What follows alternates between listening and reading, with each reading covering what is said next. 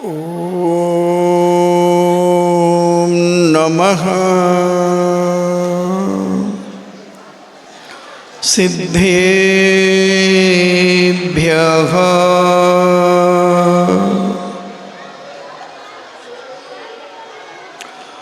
ॐ नमः सिद्धेभ्यः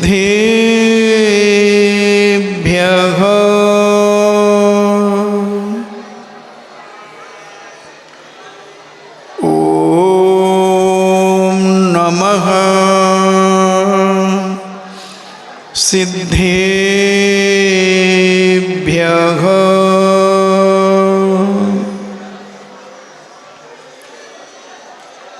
इणमो अरिहन्ताणं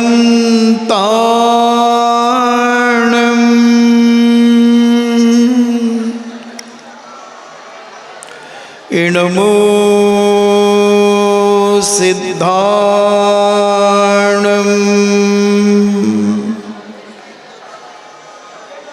इणमो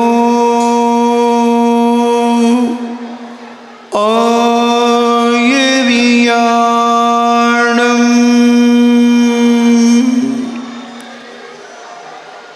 इणमो उबज्झायाणम्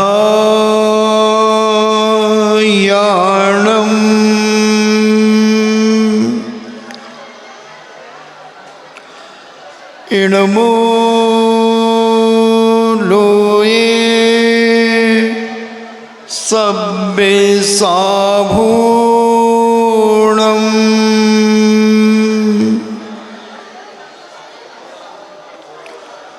पंच परमेष्टि भगवान की अहिंसामयी बीतराग विश्व धर्म की देवादिदेव 1008 आदि ब्रह्मा आदिश्वर श्री आदिनाथ भगवान की देवादिदेव 1008 श्री अभिनंदन नाथ भगवान की देवादिदेव 1008 चिंतामणि घोर उपसर्ग विजेता श्री पार्श्वनाथ भगवान की देवादिदेव 1008 शासन नायक बाल ब्रह्मचारी भगवान महावीर स्वामी की परम पूजनीय आचार्य श्रोमणि गुरुवर श्री कुंद कुंद महामुनिराज की परम पूजनीय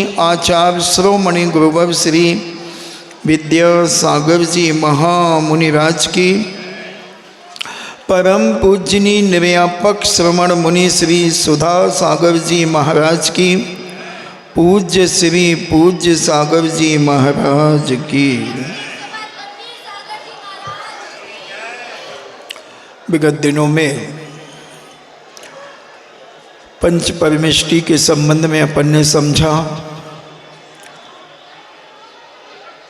और उनके मूल गुणों के बारे में समझा कि अनंत भगवान के 46 मूल गुण, 10 जन्म के अतिशय, 10 केवल ज्ञान के अतिशय, 14 देवकृत, अनंत चतुष्टय और अष्ट प्रातिहार, 46 मूल गुणों को अपन ने जाना। सिद्धों के 8 मूल गुणों को जाना, आचार्य परमेष्टि के 36 मूल गुणों को जाना, उपाध्याय परमेष्टि के 25 मूल गुणों को समझा और साधु परमेष्टि के 28 मूल गुणों को समझा, उनके 32 अंतरायों को समझा। अब आती है कि इस मंत्र को हम बहुत अच्छे से समझ गए। अब इस मंत्र की जाप हम करते तो हैं, मगर कैसे करते हैं वो आप सब जानते हैं। अभी भी कई लोग माला फेर रहे होंगे यहाँ बैठे बैठे, क्योंकि माला को हमने इतना सरल और सस्ता समझ लिया है कि कहीं भी कैसी भी अवस्था में हम माला फेरना शुरू कर देते हैं। कई लोग माला को गले में पहन लेते हैं। ये सारी अशुद्धि है, क्योंकि हमारे शरीर में मल होता है, मैल होता है, पसीना आता है, हम लघु शंका शौच जाते हैं और कई लोग उस माला को पहने रहते हैं, तो ये माला अशुद्ध हो जाती है। माला शुद्धि करने का भी एक मंत्र होता है और ये माला फेरने का तरीका होता है। स्थान निश्चित करें तो और उसकी विशुद्धि के साथ उसका फल प्राप्त होता है। कई गिनतियां करते, हमने 25 माला का नियम है महाराज, कोई कहता 50 माला का नियम है, मगर वो कैसे कैसे माला फेरते हैं। मन कितना चंचलता से भरा होता है। आँख, कौवे की आँख किससे भी ज़्यादा तेज यहाँ वहाँ मटकती रहती है। कान हमारे यहाँ वहाँ घूमते रहते हैं और हम माला फेरते रहते हैं। इसलिए तो माला का चमत्कार तुम्हारे जीवन में नहीं हो पा रहा है। एक नमो अभ्यंताणम भी अगर अंतर की आत्मा से कह दिया जाए तो ब्रह्मांड में हिलाने की ताकत तुम्हारे पास प्राप्त हो सकती है। इतनी शक्ति होती है उस मंत्र के अंदर, जिस मंत्र से सारी दुनिया में 84 लाख मंत्र बने हुए हैं। 84 लाख। इस नमोकार मंत्र में वो सारे मंत्र गर्भित हैं।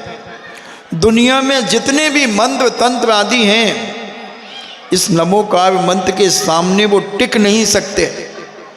अगर एक माला श्रद्धा से जप ली जाए, सारी मनोकामनाएं पूरी हो जाए, सारी मनोकामनाएं। मगर आज तक हमने माला को फेरा ही नहीं, केवल माला घुमा ली, फेर ली और हमने अहंकार कर लिया कि हम इतनी माला फेरते, हम इतनी माला फेरते। कुछ नहीं होता। एक माला भी अगर श्रद्धा से फेर ली जाए, जितने तुम 20-25 माला फेरते हो घंटे सवा घंटे में, अगर एक माला 1 घंटे में फेर ली जाए तो तुम्हारे पास इतनी ताकत हो जाए कि तुम जो कहो वो तुम्हारा कार्य हो जाएगा। हमने आज तक माला फेरी ही नहीं है, दिखावा किया है हमने माले का। हम जानते नहीं माला क्या होती है, क्या होती है माला, कुछ नहीं समझते, मगर चल रहे हैं हम भेड़िया दसान, रूढ़ियों पर चढ़ते चले जा रहे हैं। इसलिए अभी तक हमें उस माला का फल प्राप्त नहीं हुआ। और जिन्होंने माला फेरी है, वह जिसके ऊपर हाथ रख दें उसकी सब बीमारियां खत्म हो जाती हैं, परेशानियां खत्म हो जाती हैं। हमने एक दिन कहा था कि पूज्य शांति सागर जी महाराज ने एक सर्प से कटा हुआ व्यक्ति, सर्प के द्वारा काटा हुआ व्यक्ति, सारी दुनिया के लोग समझ गए थे कि ये मर गया, मगर पूज्य वर के पास जब उसे लाए, उन्होंने उसके ऊपर एक नमोकार मंत्र बोल करके उसके ऊपर हाथ फेर दिया। थोड़ी ही देर में वो उठ के बैठ गया। माला तो उन्होंने भी फेरी है और आपने भी माला फेरी है। कई लोगों के 1.25 लाख क्या 1.25 करोड़ माला जाप करने के नियम है और उनकी मालाएं हो गई, 1.25 करोड़ माला हो गई उनकी, मगर अभी मंत्र का उच्चारण करना भी उन्हें नहीं आता। हम उस मंत्र को कितना गलत बोलते हैं, उसका उच्चारण करना ही हमें नहीं आता। और गलत उच्चारण करने वाला उस सिद्धि को प्राप्त नहीं कर सकता, क्योंकि जितनी विशुद्धि और सिद्धि के साथ, विशुद्धि के साथ जब माला फेरती है, जब सिद्धि प्राप्त होती है। मगर हम माला को कहीं भी रख देते हैं, कहीं भी उठा लेते हैं, कैसी भी अवस्था में माला को हम छू लेते हैं। ए बच्चों, बच्चों, एक भी बच्चा नहीं रहेगा पंडाल में, सब बाहर हो जाओ, सब बाहर हो जाओ बच्चे। नहीं तो पुलिस को बुला करके तुम्हें पकड़वा देंगे हम। तो माला, इसे हम मेरू कहते हैं। क्यों कहते हैं मेरू, आपको पता है क्यों कहा जाता है ये मेरू?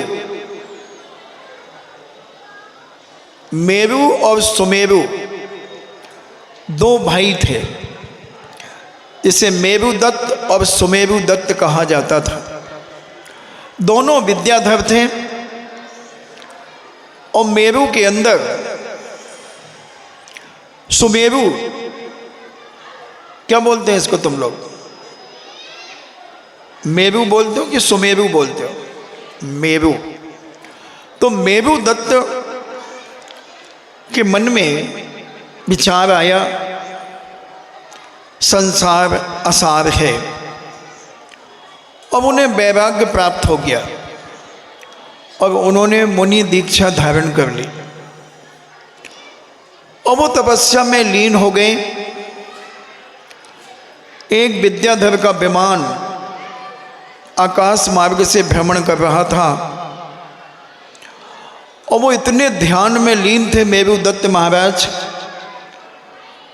उनके प्रभाव से उसका विमान आकाश में रुक गया।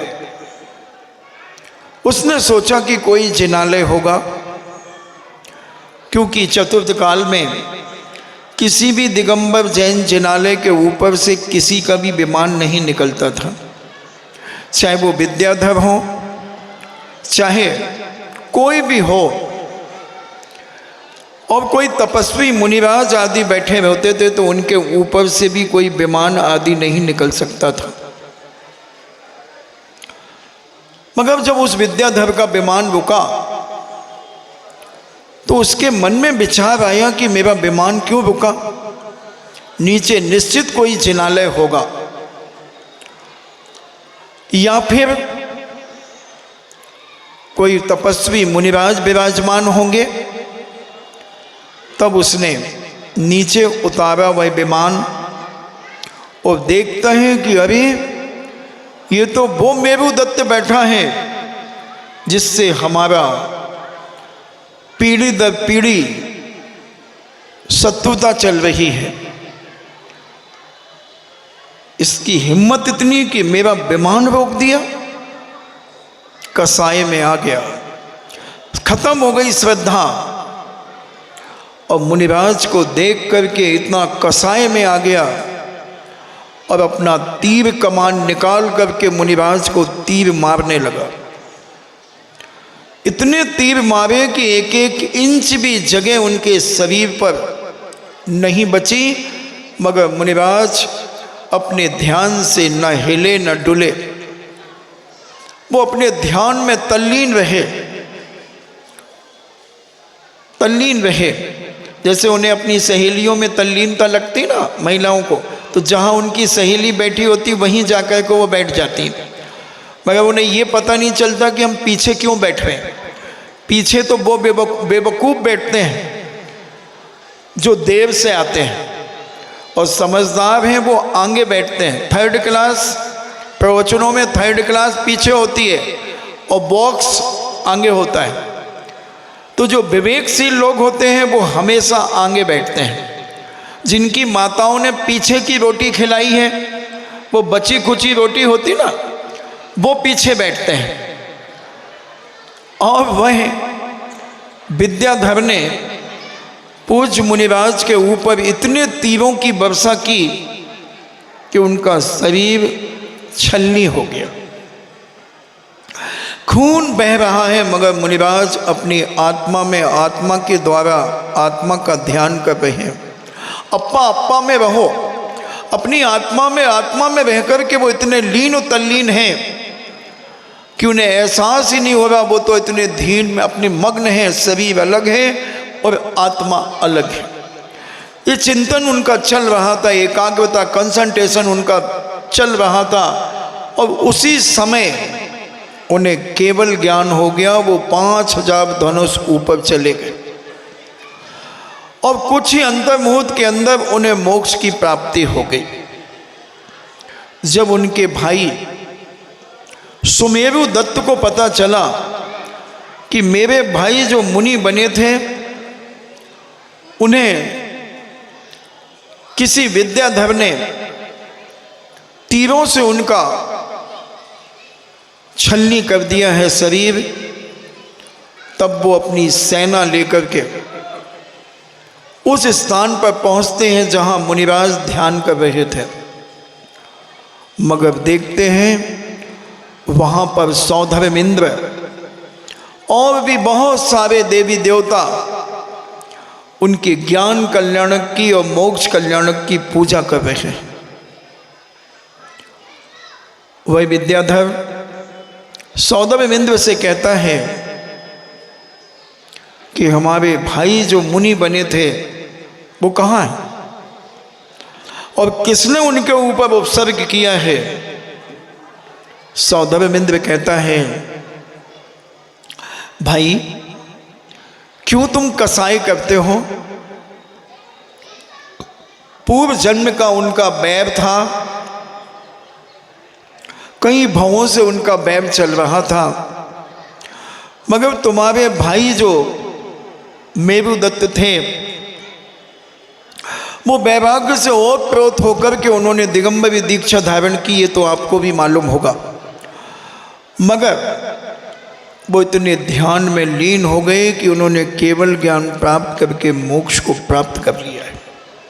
अब तुम क्यों उस विद्याधर से लड़कर के एक नई कसाई को पैदा करते हो? तुम इस कसाई में अपने जीवन को खराब क्यों करते हो? उनका बैर था वो खत्म हो गया, जिससे बैर था उनसे खत्म हो गया, क्योंकि एक व्यक्ति मोक्ष चला गया। अब तुम अगर नया कसाई पैदा करोगे तो ये तुम्हारे जीवन में भी भव भवांतर तक तुम्हें परेशान करेगा। तुम उसे करोगे वो तुम्हें करेगा। इसलिए मेरा कहना मानो, तुम अपनी सेना लेकर के वापस जाओ और अपना राजपाट करो। तब वह सुमेरु दत्त कहता है कि भाई कैसे लोग जानेंगे कि मेरा भाई मुनि बनकर के मोक्ष गया है? तब सौधर्मेंद्र कहता है, लो मैं माला में एक गांठ लगाता हूं और जब भी लोग माला फेरेंगे तब मेरुदत्त मुनीन्द्राय नमो नमः कहकर के माला फेरना शुरू करेंगे। ये शायद बहुत सारे लोगों को ये घटना नहीं मालूम होगी। ये विमल पुराण के अंदर इस घटना को मैंने बहुत पहले पढ़ा था। थोड़ा सा वर्णन मेरुदत्त पुराण में भी आता है, उत्तर पुराण में भी आता है। 3-4 जगह इस घटना को लेकर के चर्चा है, आचार्यों ने प्रथमान योग के ग्रंथों में लिखी है। तब इंद्र ने कहा कि जब भी व्यक्ति माला फेरेगा तो सबसे पहले मेरुदत्त मुनीन्द्राय नमो नमः करके नमस्कार करेगा, और जो हाथ से माला फेरेगा तो वो सबसे पहले मेरुदत्त मुनीन्द्राय नमो नमः कहेगा, कि सम्यक दर्शन, सम्यक ज्ञान और सम्यक चारित्र कहेगा। इस प्रकार से हाथ से फेरने वाला व्यक्ति पहले ऊपर मेरुदत्त मुनीन्द्राय नमो नमः कहेगा, फिर उसके बाद 3 मोती होते हैं, सम्यक दर्शन, सम्यक ज्ञान और सम्यक चारित्र। फिर इसको इस तर्जनी के ऊपर माला को डाला जाता है और अंगूठे से अंदर किया जाता है। एक एक मोती को नमोकार महामंत्र बोल करके एक एक मोती को, जो मोक्षार्थी हैं, जो ग्रस्त हैं, वो अंदर माला को फेरते हैं, और जो व्रती हैं, जो मोक्ष मार्ग के लिए जा रहे हैं, वो माला को बाहर निकालते हैं। एक एक मोती उनसे बाहर निकलेगा। मंत्र बोलते जाएंगे, क्योंकि तुम्हें तो बाहर का माल अंदर चाहिए और मोक्षार्थी को अंदर का माल बाहर चाहिए। ऐसा कार्तिकेय स्वामी ने कार्तिकेय अनुपेक्षा में कहा, तर्जनी के ऊपर माला रख करके फेरना चाहिए, ये तर्जनी कहलाती है। तो ये माला के बहुत सारे नियम कानून होते हैं, मगर हम नहीं समझ पाते। अब माला एक बैखरी माला होती है, एक उपांशु माला होती है, एक मानसिक माला होती है और एक सूक्ष्म माला होती है। ऐसे 4 प्रकार से माला फेरी जाती है। बैखरी माला कैसे होती है? नमो विंदाणम, नमो सिद्धाणम, नमो आवियाणम, नमो वज्रायणम, नमो लोहे सप्तसौ। ये जो आवाज़ निकलती है ये बैखरी है। इन्हें जो मंत्र को आप बोल रहे हैं वो बिखर जाती है उसकी शक्ति, उसको बैखरी कहा। और 90% लोग ऐसी ही माला फेंकते हैं और कई लोगों की ऐसे सीटी बजती है। माला फेंकते फेंकते उनके मुख से सीटी बजती है। तो ये दोष है। कई तो माला फेंकने का एक पाखंड जैसे करते हैं। माला फेंकते रहते हो, मच्छर अगर काट दे उन्हें तो वो माला को ही हंटर बना लेते हैं, माला से ही मच्छर उड़ा देते हैं। ये कितना बड़ा अपमान है। अगर वो माला उस मच्छर को पड़ जाए तो वो मच्छर मर जाए। जैन धर्म में भी इतना पाखंड चलने लगा है और ये यूजलेस जो हैं ये ज़्यादा करते हैं। माला फेंकते फेंकते रिश्तेदारी भी निकाल लेती हैं। मंदिर में माला फेंक रही हैं, वो कोई दिख गया तो आ गई, अभी चल रहे, इतनी माला हो जाए हमारी। कितनी आकुलता, कितना दिमाग उनका इधर उधर की बातों में, और कुछ पुण्य नहीं मिल रहा है इनको, रंच मात्र भी पुण्य नहीं मिल रहा, क्योंकि माला के प्रति इनकी आस्था, विश्वास, श्रद्धा, प्रतीति है ही नहीं। केवल एक नाम के लिए हम माला फेंक रहे हैं। कई तो इतनी चालाक होती हैं। हम लोग जब आहार चर्या के लिए जिनालय में जाएंगे और वो वहाँ बैठी है, उनने अभी वो कुछ नहीं कर रही थी, ऐसी देख रही थी यहाँ वहाँ, और जैसे ही उनने हम लोगों को देखा तो वो माला फेंकना चालू कर दी। अब वो उठना नहीं है उसको, वहाँ से ऐसे बैठ जाएगी और ऐसे देखती रहेगी। लोग कहेंगे बहन जी उठो उठो, तो वो देखेगी नहीं, माला फेंक रही है। वो क्या चाहती है? कई मंदिरों में ऐसा देखा गया।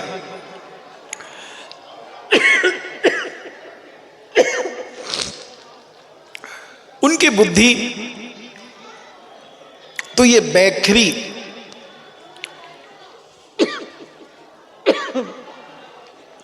इससे मंत्र की 75% यानी कि 75% मंत्र की शक्ति बिखर जाती है। उनको लाभ अगर सही श्रद्धा से फेंक रहे हैं तो 25% ही लाभ मिलेगा। अगर यहाँ वहाँ देख करके नहीं, सीधे भले वो मुंह से फेंक रहे हैं नमो विंदाणम, नमो शक्ताणम, नमो आवियाणम, नमो वज्रायणम, तो ये उनको 25% ही इसका लाभ होगा। और यहाँ वहाँ देख रहे हैं तो फिर मंत्र का जाप जरूर हो रहा है मगर उसका पुण्य नहीं हो रहा है। और जैन दर्शन में 108 दानों की माला होती है। 3 मोती सम्यक दर्शन, सम्यक ज्ञान और सम्यक चारित्र के लिए रखे गए। 9 का अंक सभी मालाकारों ने, चाहे वो ईसाई हो, चाहे वह मुस्लिम हो, चाहे वह सिख हो, चाहे वह बौद्ध हो, सबने 9 का अंक स्वीकार किया माला के मोतियों में। मुसलमानों के यहाँ पर 99 मोतियों की माला होती है, किसी के यहाँ 108 की होती है। कई लोग 54 मोती की माला बनाते हैं। कई लोग बौद्ध के यहाँ पर 27 मोतियों की माला भी चलती हैं, 54 की भी चलती हैं, 108 की भी चलती हैं। सभी वैष्णव दर्शनों में भी 108 की चलती है। तो ये 9 का अंक सबने स्वीकार किया, क्योंकि 9 का अंक एक अक्षय अनंत अंक माना जाता है।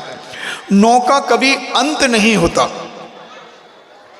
अब 9 का पहाड़ा पढ़ते जाइए। 9 एकम 9, 9 दूनी 18, 8 और 1 9, 9 तीस 27, 7 2 9, 9 चौको 36, 6 3 9, 9 पन्ना 45, 4 5 9, 9 छिंग 54, 5 4 9। ऐसे आप पूरा कहाँ तक ले जाएं, 9 कभी विनाश को प्राप्त नहीं होता। और 1 से लेकर के 9 तक की संख्या को अगर हम लिखें, 1 2 3 4 5 6 7 8 9, इसको प्लस करें तो 45 होता है। 4 +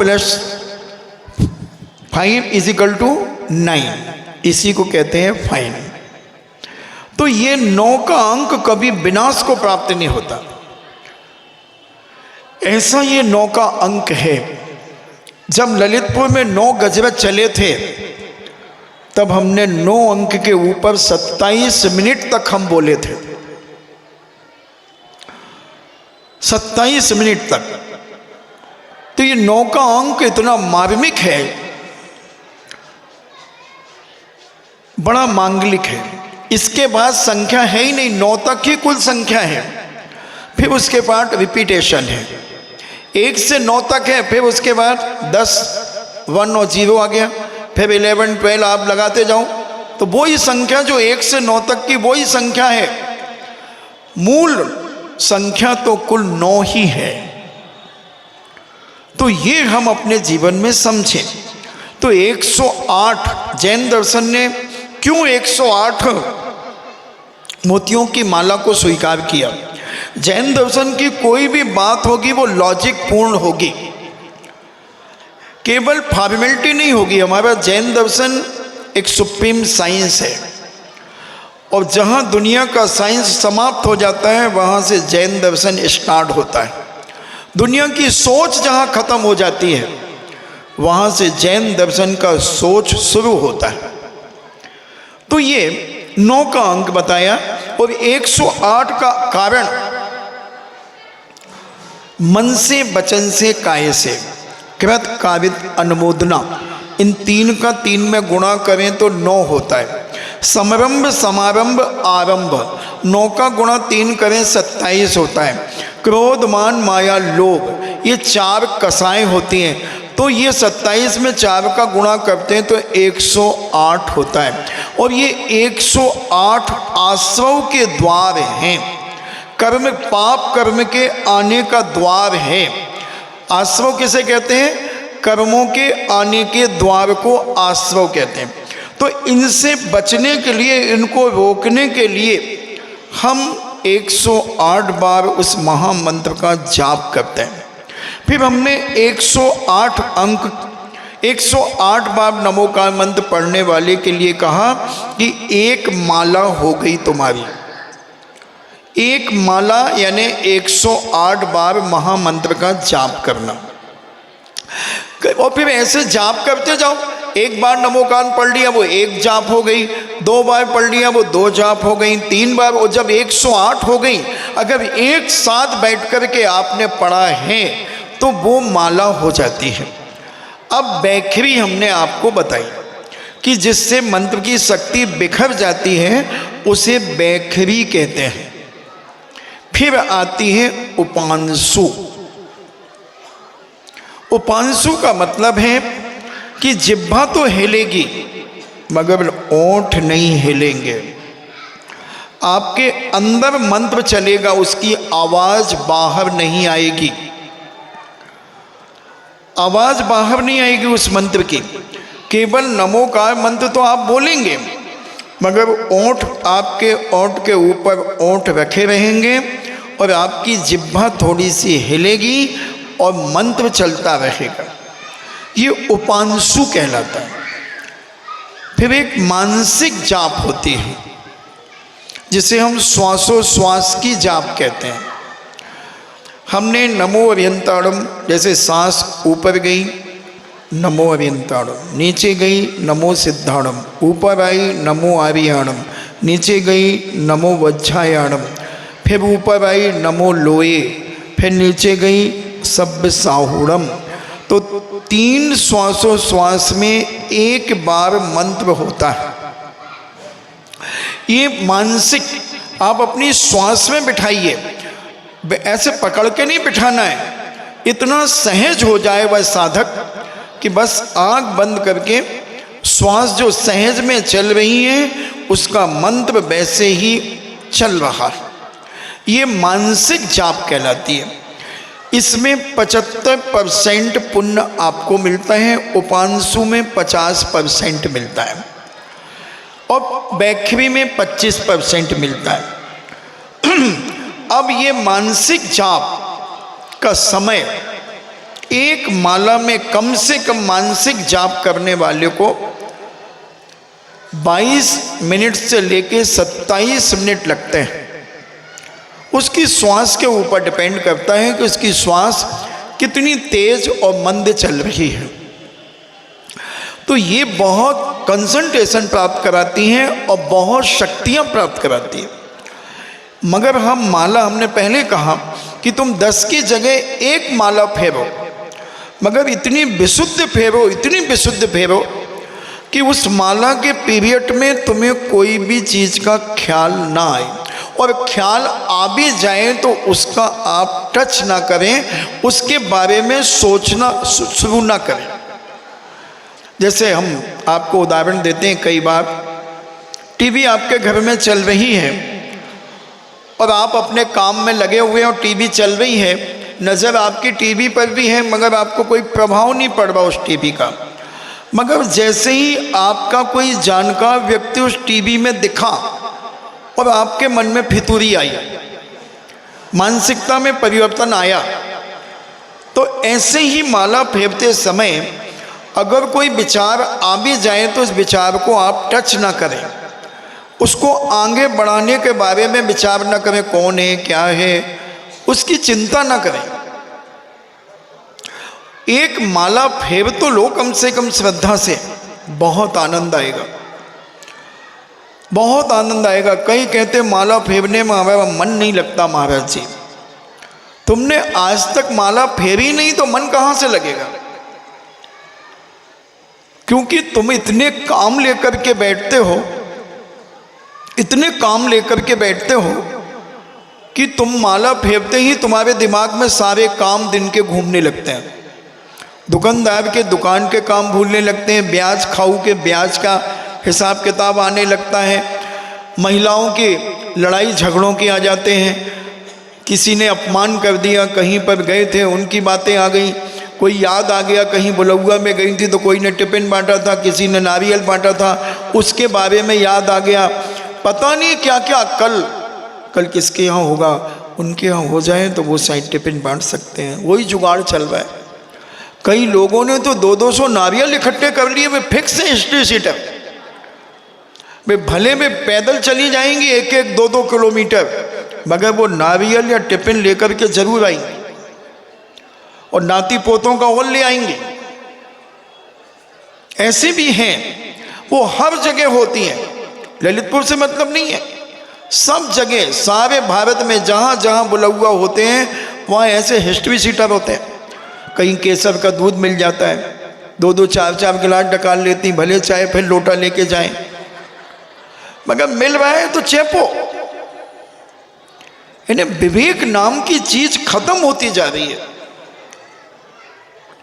अपनी शक्ति नहीं देखी जा रही है, मिल रहा है तो खाओ, ले। कुछ नहीं, कल कुछ तो ऐसे एम टेम पे जाती हैं बिल्कुल कि बटना शुरू हुआ, 1-2 बार यहां भी बटा, तो भजन मजन से कोई मतलब नहीं। जब हम ऊपर बैठते थे छत के ऊपर, ये पन्नी बरसाती कुछ नहीं लगी थी, तो हम प्रवचन करने के बाद जब देखते थे वो बिल्कुल ना उन्हें भजन गाना ना उनको बैठना, वो तो जैसे उनका कर्जा खाया हो, लाओ, जैसे उधारी वसूल करने वाला जाता ना, उधारी पे ना भाई सेठ जी पेमेंट, तो ऐसे ही वो लेकर के चली जाएंगे। ये निर्माल का पाप लगेगा, ऐसी महिलाओं को, पुरुषों को निर्माल खाने का पाप लगेगा, क्योंकि तुमने कुछ किया ही नहीं। उसने बुलाया था, तुमने क्या किया? न एक भजन गाया, न एक ढोलक बजाई, न एक लोटा बजाया, न किसी से जय जनेंद्र की, न उसके जाजम पे बैठे। तुम तो चलते चलते आए और चलते चलते चले गए। ऐसे भी हैं। क्या होगा इनके जीवन का। तो ये माला की बात चल रही है, मानसिक माला। तो जैसे ही सांस आपकी ऊपर जाती है, नमो अरिहंताणम, बोलना नहीं है, उस श्वास में एहसास होना चाहिए आपको कि मेरा नमो अरिहंताणम चल रहा है। श्वास नीचे जाती है, नमो सिद्धाणम, बोलना नहीं है, एहसास होना चाहिए मन से, जैसे अपन कहते हैं एहसास। ऊपर जाती है नमो आयर्याणम, नीचे आती है नमो वज्रायाणम, फिर ऊपर आती है नमो लोये, फिर नीचे जाती है सभ्य साहुणम। ऐसे 3 श्वासोश्वास में एक बार महामंत्र का जाप होगा। ऐसी 108 बार अभ्यास करना पड़ेगा। कई बार आपका मंत्र, आपकी श्वास भूल जाएंगे आप, कई बार भूलेंगे, हजारों बार भूल सकते हैं, मगर उसको पुनः ध्यान में ला करके फिर चालू करें। और जब ये बैठ जाएगा और जब ये माला तुम्हारी जपी जाएगी, इतना मानसिक शांति प्राप्त होगी तुम्हारे अंदर, और अलौकिक एक शक्ति, ऐसा लगेगा कि तुम्हें कोई शक्ति मेरे अंदर प्रवेश कर रही है उस मानसिक जाप का। और फिर जो सूक्ष्म जाप होती है, अब हमने जैसे मंत्र करके, और कायदा है नाभि के ऊपर माला होना चाहिए, हाथ ऐसा होना चाहिए, और माला तर्जनी के ऊपर रखी रहना चाहिए। अगर आप व्रती हैं तो बाहर की तरफ मोती निकालें, और आप गृहस्थ हैं तो अंदर की तरफ मोती को खिसकाएं, एक एक मोती पर मंत्र बोल करके। अब सूक्ष्म जो जाप होती है, हमने नमो अरिहंताणम बोला, अब हमारे ध्यान में जो हमारे इष्ट भगवान हैं, जिनको हम आँख बंद करते ही हमें वो भगवान दिख जाते हैं, वो अपने इष्ट भगवान माने जाते हैं, और उनका स्मरण किया नमो अरिहंताणम, सामने वो भगवान, इन्हें मन में सूक्ष्म जाप बता रहा हूँ।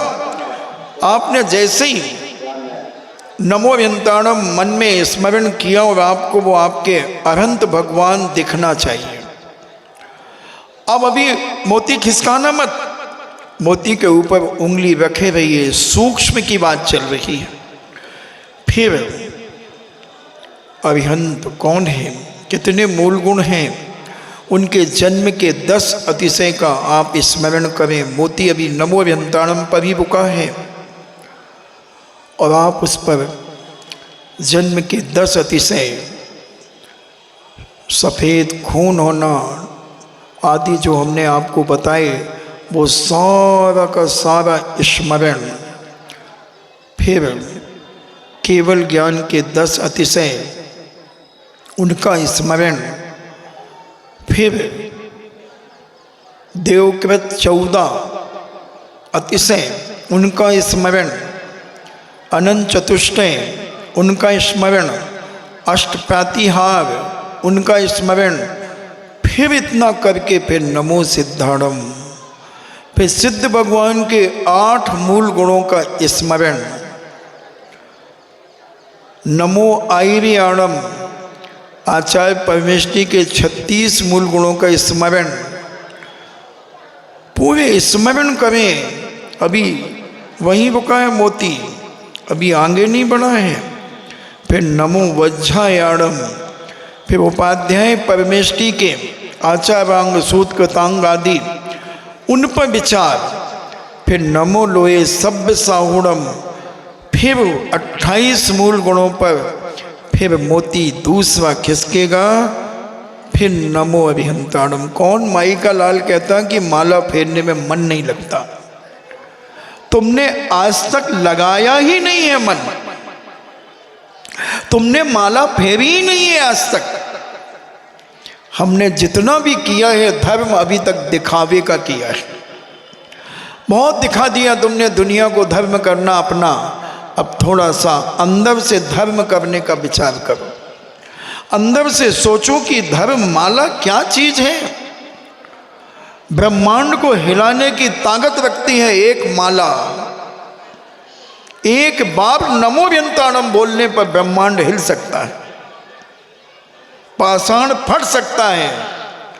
समनभद्र स्वामी ने जैसे ही 7 भगवान की स्तुति की मगर नमस्कार नहीं किया उन्होंने, केवल 7 भगवान के गुणानुवाद करते रहे। और जैसे ही चंद प्रभु भगवान का स्मरण किया, चंद प्रभम चंद मरीच कौरम चंदम द्वितीयम जगतेवी कांतम बंदे भी बंदम, जैसा उन्होंने बंदे ही बंदम कहा वो पाषाण फट गया। अब उसमें स्फटिक मणि की प्रतिमा निकल आ रही। इतना प्रभावशाली है हमारा नमस्कार। हमने नमस्कार ही नहीं किया अभी तक। हमने तो कुछ किया ही नहीं, केवल एक क्या कहते हैं रूटीन। हमारे बाप दादा मंदिर जाते थे तो हम भी जा रहे हैं, वो सिर झुकाते थे तो हम भी झुका रहे हैं। मगर क्यों झुका रहे हो, क्या है वो सामने वाला, तुम्हें पता ही नहीं है। हमें भगवान का स्वरूप ही नहीं पता। हम तो कहीं भी जाके मस्तक झुका देते हैं, यहां वहां जहां तहां, मत पूछो कहां कहां, कहीं भी झुका दिया। महाराज जी हम तो नमोकार मंत्र पढ़ लेते हैं। तो हम उदाहरण देते हैं, बेटा अगर बियर बार में तुम दूध पी करके आओ तो कौन विश्वास करेगा कि तुम गोल्डन ईगल पी करके नहीं आए हो? बताओ। हमने एक उदाहरण दिया था कि एक बार एक महिला मंडल किटी पार्टी के लिए जा रहा था और एक नया बियर बार बना था, बिल्कुल नया, बस समझ लो दूसरे दिन से चालू होना था। सब एसी सब कंप्लीट थे और महिला मंडल की गाड़ी, गर्मी का भयंकर समय था, उनकी गाड़ी पंचर हो गई। अब बेचारी धूप में इधर उधर भटक रही थी। चौकीदार बियर बार के बाहर बैठा हुआ था। उन्होंने कहा भैया हम लोग यहाँ अपने टिफिन का भोजन कर लें। उसने कहा बहन जी अभी इसका उद्घाटन नहीं हुआ, कल उद्घाटन है, आप गंदा मत करें। नहीं भैया हम बिल्कुल गंदा नहीं करेंगे, हम साफ कर देंगे। और वो भोजन अपने अपने टिफिन खोले, अपनी अपनी पानी निकाला और उन्होंने पानी बोतल आदि सब वहीं ले गए और सब खाना पीना खाया।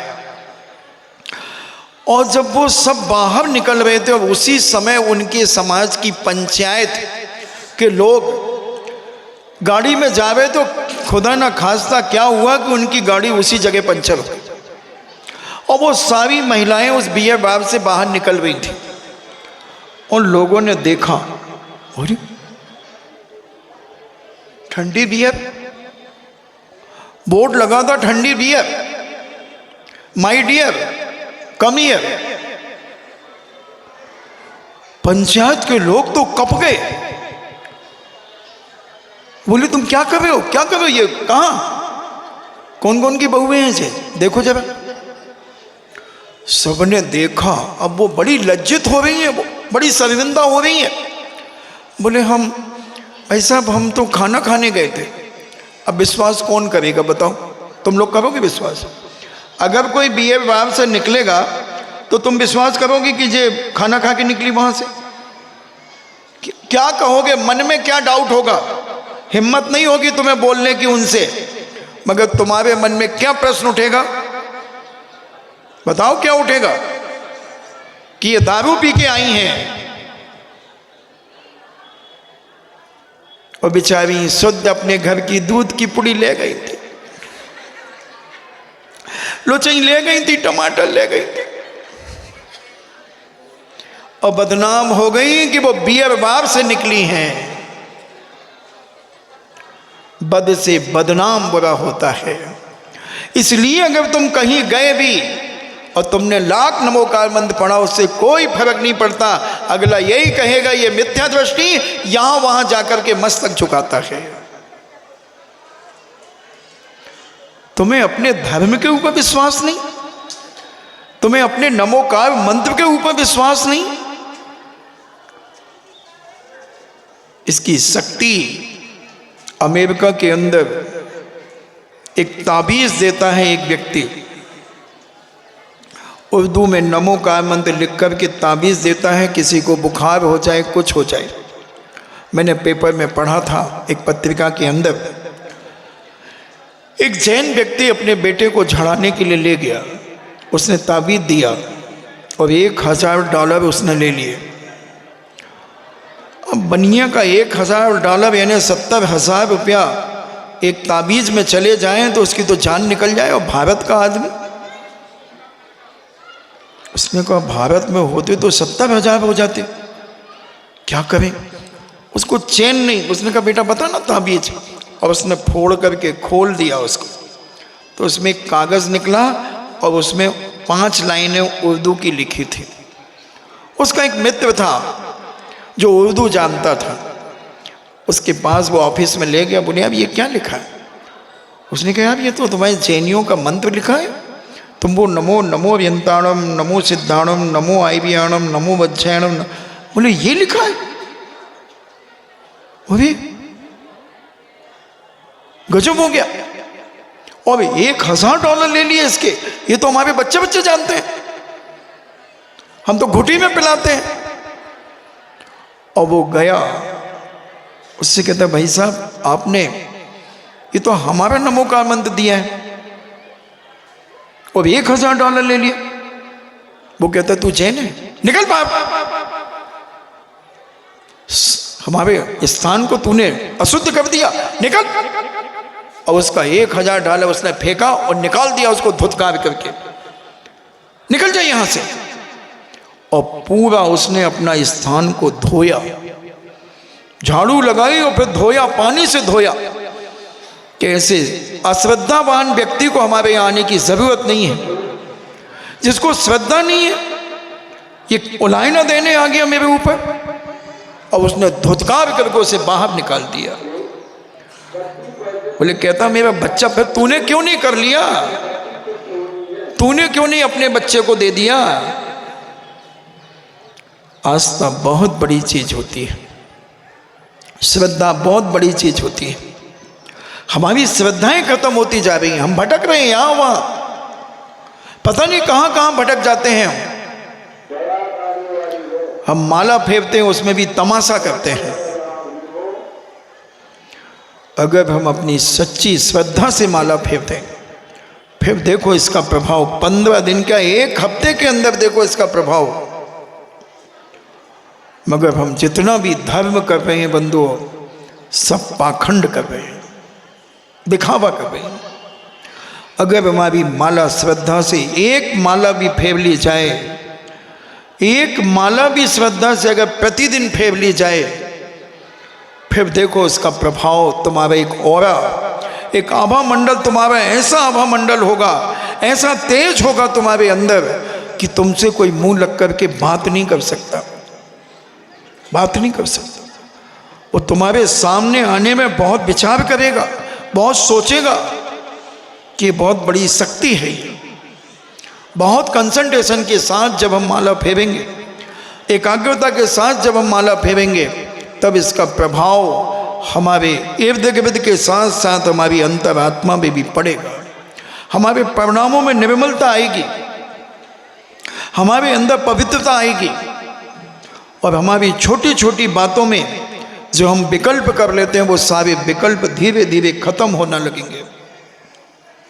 क्योंकि ये मंत्र कोई हमारा और तुम्हारा बनाया हुआ नहीं, ये अनादि काल से ये मंत्र है। इस नमोकार मंत्र को किसी ने नहीं बनाया बंधु, किसी ने नहीं बनाया। जब से सूरज और चांद है, जब से ये नमोकार मंत्र है। जब से पृथ्वी और आकाश है, जब से ये नमोकार मंत्र है। जब से अच्छा और बुरा है, तब से ये नमोकार मंत्र है। इसकी शक्ति तो देखो। एक शुभोम चक्रवर्ती था, और वह शुभोम चक्रवर्ती के रसोइये ने, विजय सेन उसके रसोइये का नाम था, 96,000 रानियों का मालिक, 6 खंड का अधिपत्य जिसके पास था, 14 रत्न 9 निधियां जिसके पास थीं, और पूरा 6 खंड, 5 मिलेज खंड और 1 आर्य खंड का जो मालिक था, ऐसा शुभोम चक्रवर्ती। और चक्रवर्ती का वैभव मैंने कई बार आपको बताया, इतना वैभव संपन्न वह राजा, 32,000 मुकुटबद्ध राजा जिसके चरणों में नतमस्तक हुआ करते थे। 32,000 मुकुटबद्ध राजा, ऐसा चक्रवर्ती जिसकी आयुशाला में चक्र रत्न की प्राप्ति होती है। 1,000 देवता जिसके चक्र की रक्षा करते हैं। ऐसा जिसका घोड़ा 144 किलोमीटर की छलांग लगाता है। ऐसा चक्रवर्ती वैभव संपन्न अपने रसोइये के द्वारा, जब 360 रसोइये होते हैं चक्रवर्ती के, और भोजनशाला में गया और जिस रसोइये ने खीर बनाई थी उसने खीर चक्रवर्ती को परोसी, और खीर परोसते ही इतनी गर्म थी और चक्रवर्ती को बहुत जोरों से भूख लगी थी। चक्रवर्ती ने जैसे ही हाथ डाला उसका हाथ जल गया, वो क्रोधित हो गया और उसने वो थाल उठा करके चक्रवर्ती को उसके रसोइये के ऊपर फेंक दिया। रसोइया जल गया और मर गया। मरकर के वह व्यंतर देव हुआ, और व्यंतर देव अवधि ज्ञान से जानता है कि मैं यहाँ कैसे आया। उसने अवधि ज्ञान लगाया और कहा, अच्छा मुझे शुभोम चक्रवर्ती ने खीर डाल करके मैं मरा। और बस वो एक किसान का भेष बना करके गया, कुछ फल लेकर के गया और चक्रवर्ती के सामने उसने वो फल रखे। चक्रवर्ती ने उनको खाया, बहुत स्वादिष्ट थे। चक्रवर्ती कहता, और मिलेंगे? बोले मिलेंगे, मगर आपको अकेले चलना होगा मेरे साथ। न कोई सेनापति जाएगा, न कोई अंग रक्षक जाएगा, कोई भी नहीं जाएगा। आप अकेले चलें तो मैं आपको पूरा बगीचा आपके नाम कर दूंगा। अब वो कहता, चलो। सबको चक्रवर्ती ने मना कर दिया कि कोई मेरे साथ नहीं चलेगा। और वह चक्रवर्ती गया, उस किसान भेषी व्यंतर के साथ एक बहुत विशाल समुद्र में ले गया, और वहाँ अधर रोक करके कहता है, बोल तू वही है ना, तूने मेरे ऊपर खीर का थाल फेंका था, मैं उस बदला लेने आया हूँ। चक्रवर्ती फौरन नमोकार मंत्र पढ़ने लगता है। नमोकार मंत्र पढ़ता है, वो व्यंतर उसका बाल बांका नहीं कर सका। जो सबसे छोटा व्यंतर होता है, जिसकी 10,000 वर्ष की आयु होती है, उसकी 32 देवियां होती हैं, और 150 धनुष प्रमाण पृथ्वी को वो उछाल सकता है। सबसे छोटा देवता 100 लोगों को मारने की और 100 लोगों को जिलाने की ताकत उसके पास होती है। मगर चक्रवर्ती नमोकार महामंत्र पढ़ रहा है, व्यंतर थर-थर कांप रहा है। व्यंतर थर-थर कांप रहा है, चक्रवर्ती महामंत्र पढ़ रहा है। इतना शक्तिशाली व्यंतर मंत्र पढ़ रहा है। व्यंतर ने कई उपाय किए उसको मारने के, मगर वो मार नहीं सका। तब उसने सोचा, अवधि ज्ञान लगाया कि अरे ये तो नमोकार मंत्र पढ़ रहा है, और जब तक ये नमोकार मंत्र पढ़ेगा मैं इसका बाल बांका नहीं कर सकता। मैंने कहा था ना कि मुझे भी पदमपुरा में जब ललितपुर से बिहार करते हुए राजस्थान में गए थे, 80-90 भूतों ने मुझे घेरा था, चुटैया खोल के घुमाने वाले।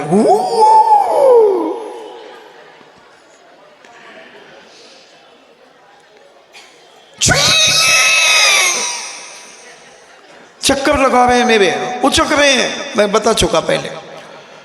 और वह व्यंतर हर तरफ से प्रयास करता रहा, मगर स्वभाव चक्रवर्ती का वो बाल बांका नहीं कर सका।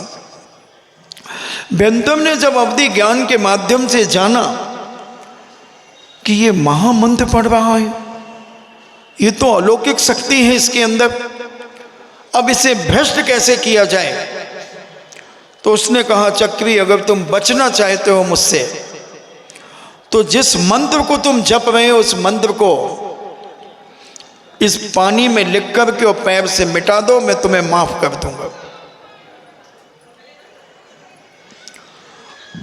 मरता क्यों नहीं करता? उस बेवकूफ को मर जाना चाहिए था,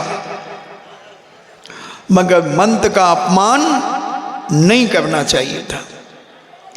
मगर जब मिथ्यात्व का उदय आ जाता है आदमी का, सम्यक दर्शन जब उसकी आत्मा से निकल जाता है और मिथ्या दृष्टि हो जाता है, तो उसे एहसास हुआ कि वाकई में उल्टा, और वह उसने लिखा मंत्र को, उंगली से पानी पे लिखा और लात फेर दी, और उसी समय व्यंतर ने उसे पटक दिया और 7वीं पृथ्वी में उसने जन्म लिया, मर गया, और मर कर के 33 सागर की आयु में आज भी सड़ रहा है बंधुओं।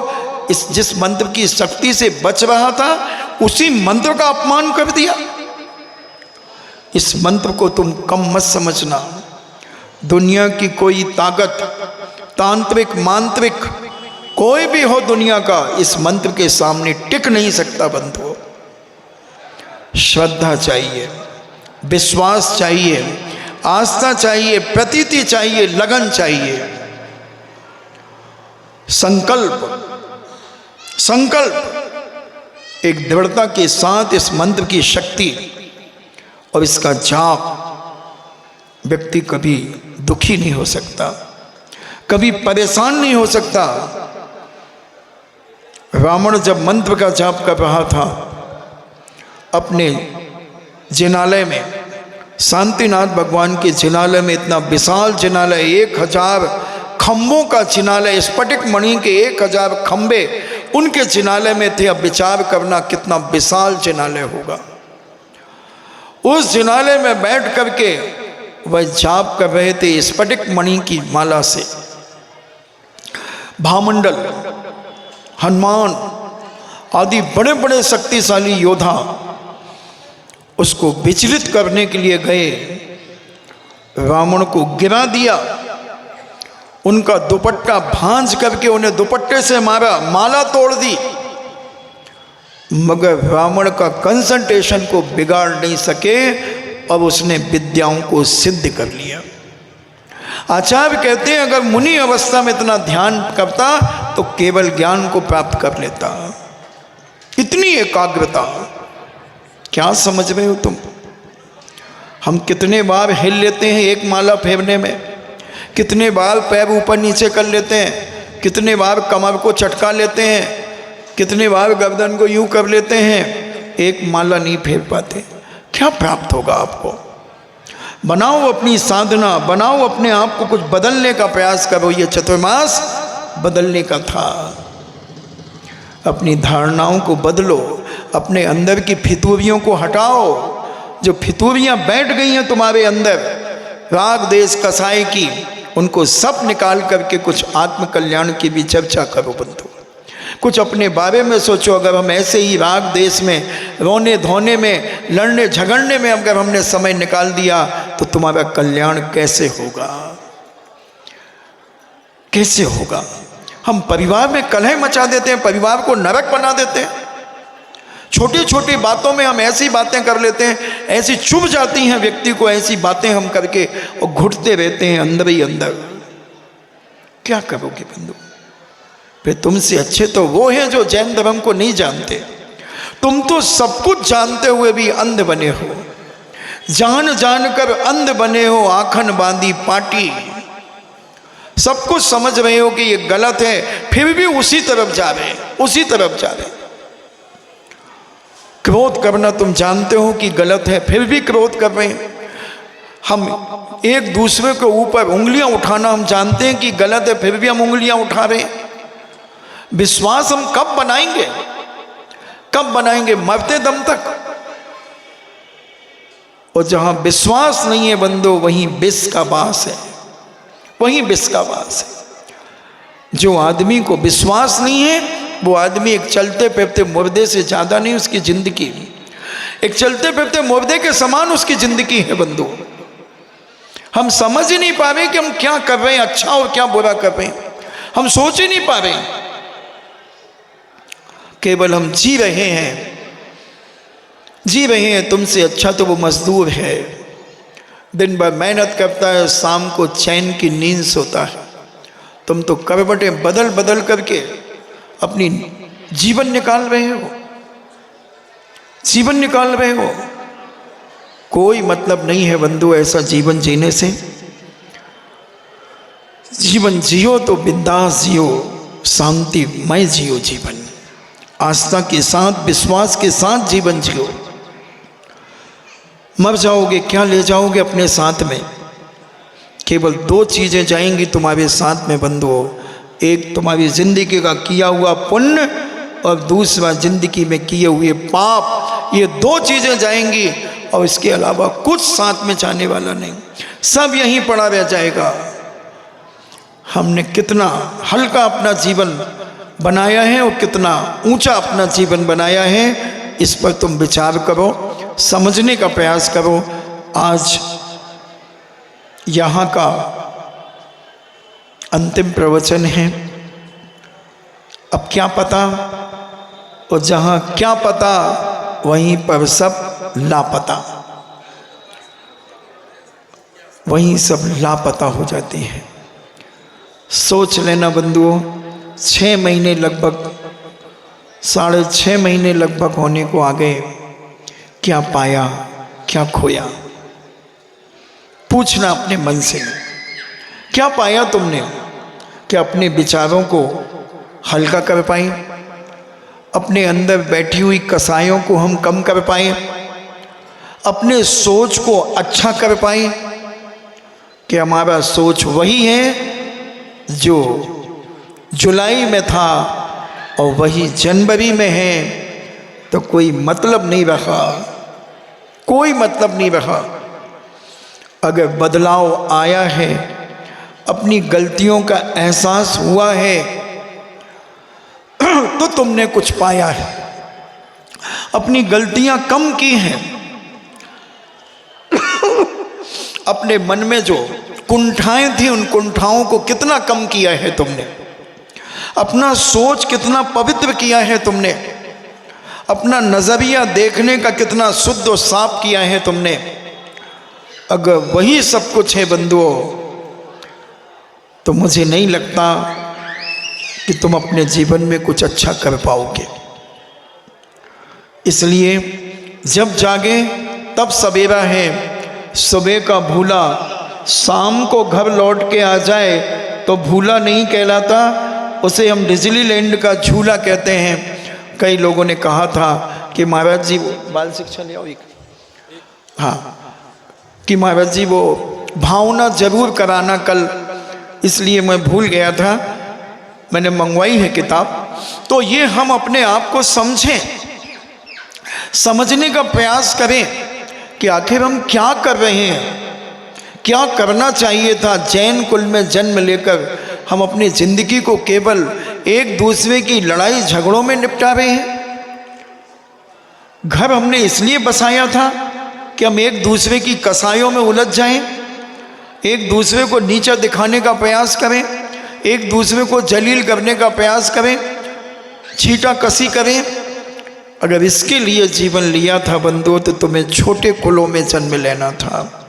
इतने बड़े उच्च कुल में जन्म लेकर इतना छोटा सोच हो गया हमारा, इतनी छोटी बुद्धि हो गई हमारी कि हम ढंग से न खा सकते हैं, न 4 लोगों के बीच में बैठ कर के हम मुस्कुरा सकते हैं, न हम कुछ सोच सकते हैं, न हम कुछ विचार कर सकते हैं। केवल हम कसायों में ही उलझ करके अपने जीवन को विनाश की ओर ले जा रहे हैं बंधुओं। ये विकास का युग है और हम विनाश की ओर जा रहे हैं। गलतियाँ इंसान से होती हैं, मगर गलतियाँ माफ़ भी की जाती हैं, माफ़ भी की जाती है। इसलिए अपने जीवन को पवित्र बनाएं। और ये हम अपनी इस भावना को आपके सामने रखते हैं, आप दोहराएंगे। हमारे कष्ट मिट जाए नहीं यह प्रार्थना स्वामी।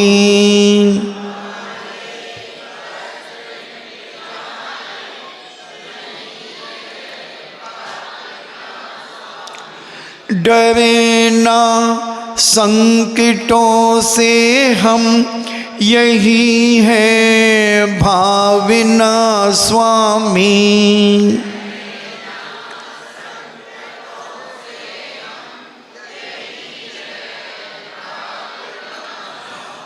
दुखों में साथ दे कोई, नहीं यह प्रार्थना स्वामी।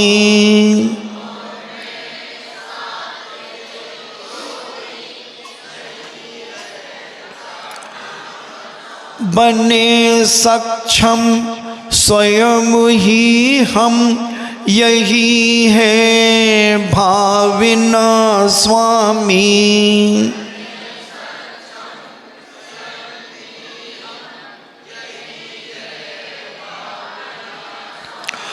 रहे सुख की सदा छाया, नहीं यह प्रार्थना स्वामी।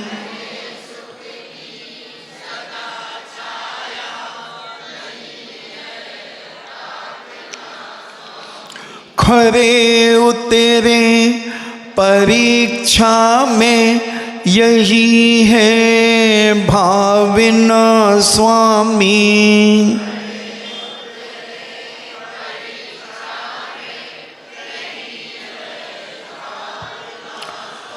हमारा भार घट जाए, नहीं यह प्रार्थना स्वामी।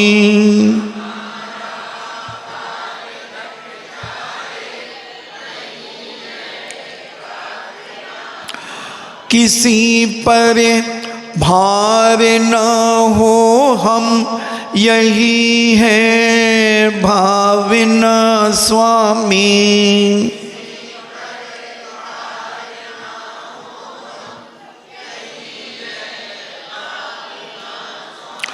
हमारी पूर्ण हो आशा, नहीं यह प्रार्थना स्वामी।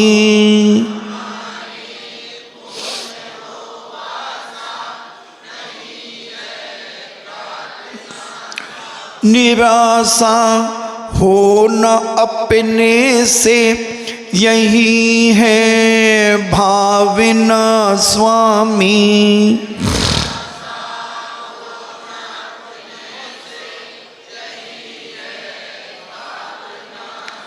सभी पीछे रहे हमसे, नहीं यह प्रार्थना स्वामी।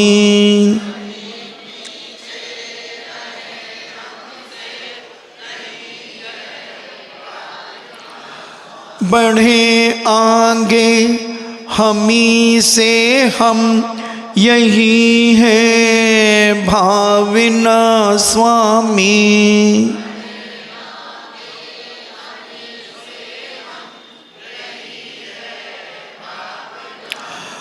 बड़े धन संपदा भारी, नहीं यह प्रार्थना स्वामी।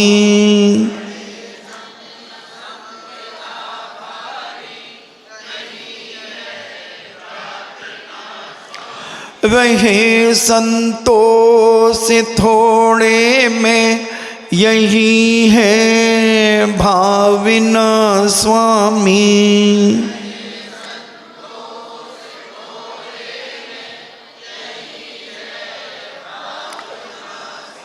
दुखी हूँ दुष्ट जन सारे, नहीं यह प्रार्थना स्वामी।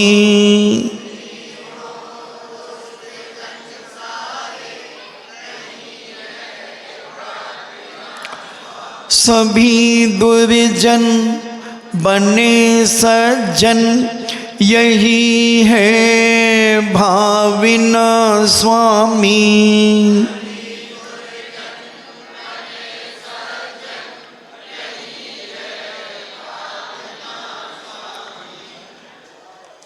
करें बरे तावे सब अच्छा, नहीं यह प्रार्थना स्वामी।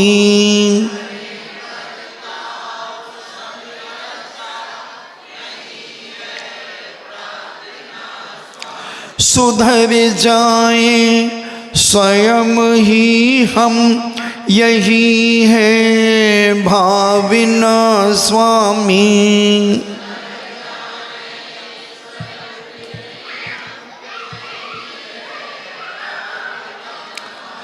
दुखों में आपको ध्याए, नहीं यह प्रार्थना स्वामी।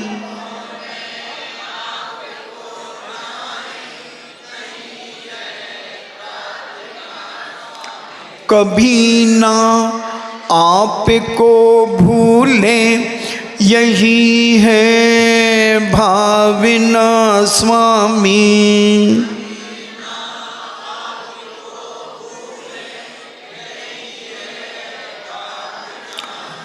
कभी ना आपको भूले, यही है भावना स्वामी।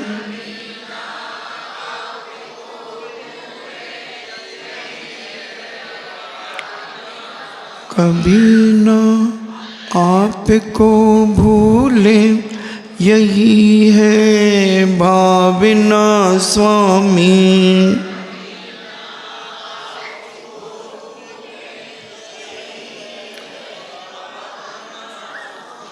देखें, 22 लोगों ने हमें तत्वार सूत्र पुनः जमा किए थे, मगर मौसम की गड़बड़ी के कारण उनके बॉक्स जो हैं वो सूख नहीं पाए हैं। तो उनकी कॉपियाँ 6 तारीख को हम आपको देंगे। आपके ग्रंथ जो हैं वो जब बॉक्स सूख जाएंगे उनमें पैक करके 6 तारीख को आपको प्राप्त होंगे। अगर आपकी नज़र में कोई हो तो उनको आप इतला कर देंगे।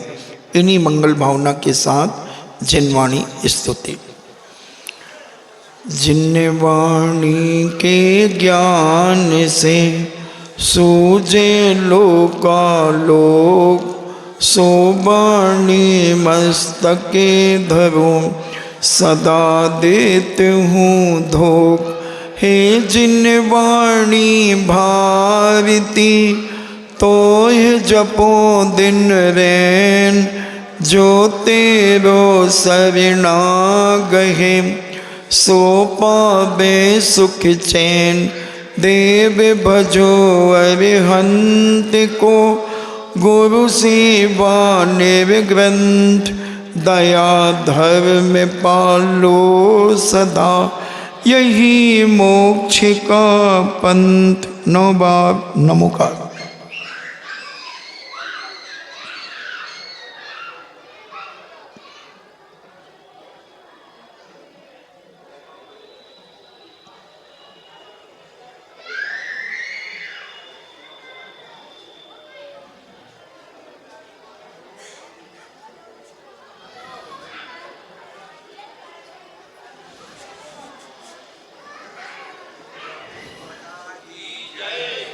परम पूजनी द्वादशांग जिनवाणी माता की।